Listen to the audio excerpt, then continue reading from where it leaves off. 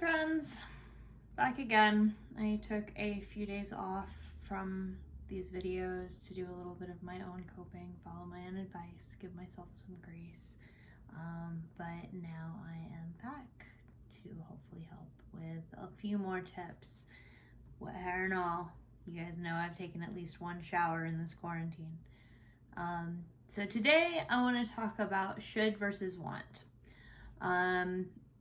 A lot of us went into this quarantine saying, oh, I'll do all of these things. I should start my first podcast. I should write that book. I should do this. I should do that. And then we didn't. And you know what? That's okay. Right now, as my dear friend Meredith Atwood had a fantastic psychologist on her podcast a few months ago, Britt Frank, and she was actually just recently on one of Meredith's Zoom calls. I'll link to all of that in a minute. But Britt said, trauma is the opposite of choice. And I think that's really important to think about right now. You did not decide to take a month off of work or a month off of going into the office to write your novel, to start your podcast, to paint your house, to do whatever. You were told, no, for the good of everyone, we all need to go home. And while I think we all need to be at home for everyone, it's important to realize that you're not lacking if you're not doing the things that you think you should be doing right now with this time.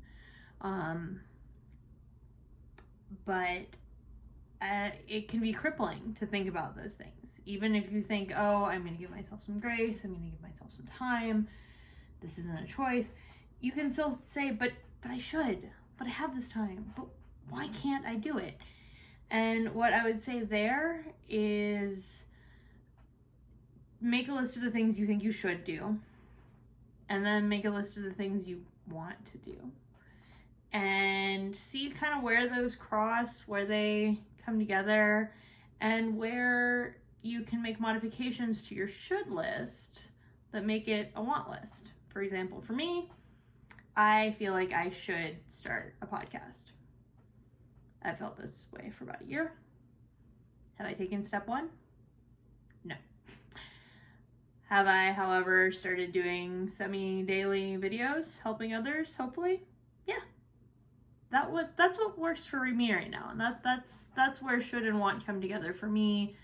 And that's how I'm coping. And that's how I'm kind of moving forward with my to-do list, whatever that is. So that's my recommendation. And as always, give yourself some grace. If you start doing something that you say you're going to do every day, that's great, as long as it serves you.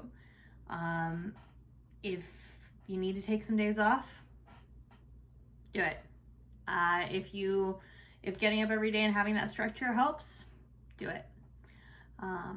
But as always, give yourself some grace and listen to what the smarter people than me have said.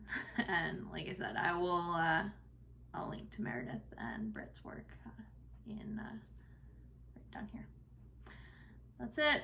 I will probably see you guys tomorrow.